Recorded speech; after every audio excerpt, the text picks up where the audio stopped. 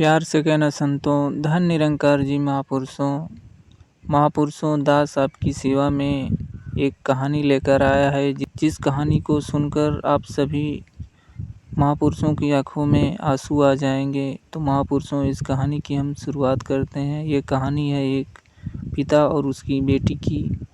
तो महापुरुषों, हम कहानी की शुरुआत करते हैं। तो महापुरुषों, इस कहानी को पूरा ज़रूर सुने। तो कहानी की हम शुरुआत करते हैं महापुरुषों। संतों, एक कहानी एक गरीब पिता और उसकी बेटी की है। एक बार वह गरीब व्यक्ति अपनी बेटी को उसके स्कूल से लेकर शहर के एक महंगे होटल में पहुंचा।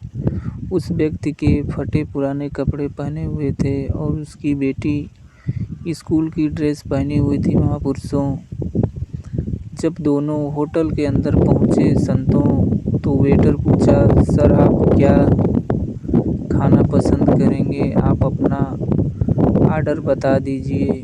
तो संतों, उस व्यक्ति ने कहा कि आप मेरी बेटी के लिए एक प्लेट पाव भाजी लेकर आ जाइए। बस वेटर ने कहा, सर आप कुछ नहीं लेंगे? आपके लिए भी कुछ लेकर आऊं? तो गरीब व्यक्ति ने कहा, मेरे लिए कुछ नहीं, आज मेरी बेटी के लिए पार्टी है। मैंने इससे वादा किया था कि अगर तुम इस ज़िले में क्लास 10 में टॉप करोगी तो तुम्हें मैं सबसे महंगे होटल में पार्टी दूंगा। और आज मैंने पार्टी दी है अपनी बेटी को। तो आप सिर्फ बच्चे के लिए पाव भाजी ले आइए। संतों, वेटर ये बात सुनते ही दौड़कर अपने मालिक के पास गया और बोला कि सर, आपसे एक छोटी सी रिक्वेस्ट है। आप मेरी सैलरी से पैसा काट लेना, लेकिन आज मैं चाहता हूँ कि उस बच्ची के साथ उसके पिता को भी एक प्लेट पाव भाजी खिलाया जाए, क्योंकि उस बच्ची ने पूरे ज़िले में क्लास 10 में टॉप किया है। महापुरुषों, वह गरीब पिता है, ज़्यादा पैसे नहीं होंगे इसलिए कह रहा है सिर्फ बच्ची के लिए ले आओ।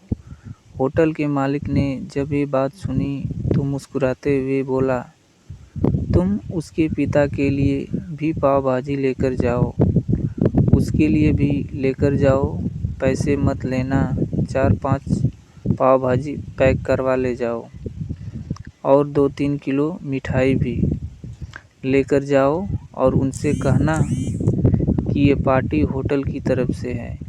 आप ये मिठाई ले जाइए और जश्न मनाइए। जब वेटर ने 2 प्लेट पाव भाजी ले गया तो वह व्यक्ति चौंक गया। लड़की का पिता चौंक गया और बोला, मैंने तो एक ही मंगाई थी, मेरे पास पैसे नहीं हैं। वेटर ने बोला, अरे सर, शर्मिंदा मत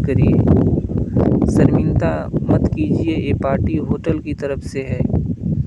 आपकी बेटी हमारी बेटी ने टॉप किया है, ये मिठाई लेकर जाइए और जश्न मनाइए।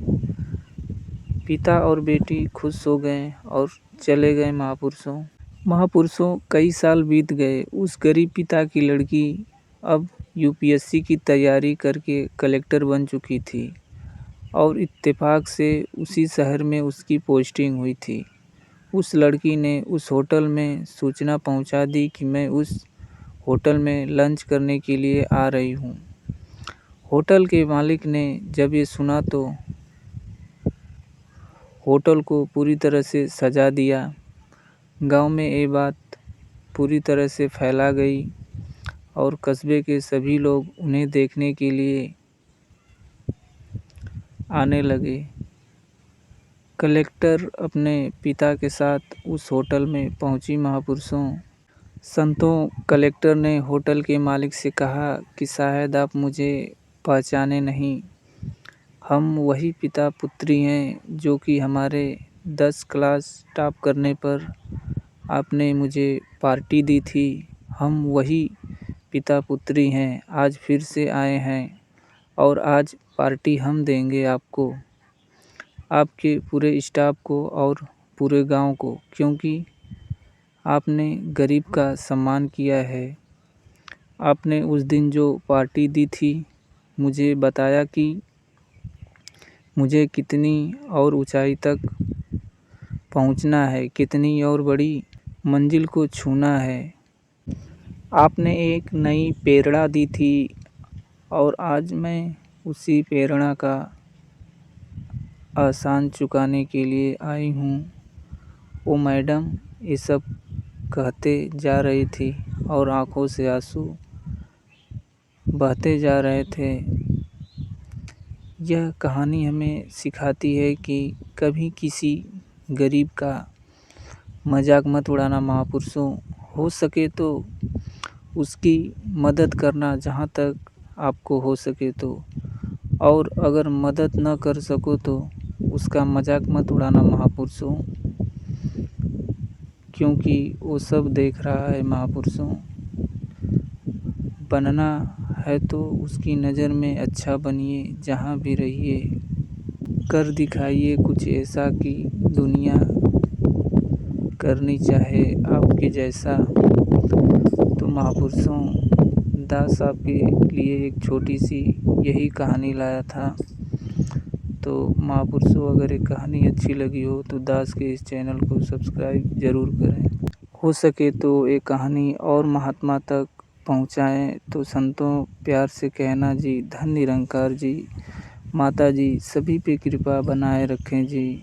दास फिर आपसे मिलेगा एक नई वीडियो में नई कहानी के साथ। तब तक के लिए धन निरंकार जी।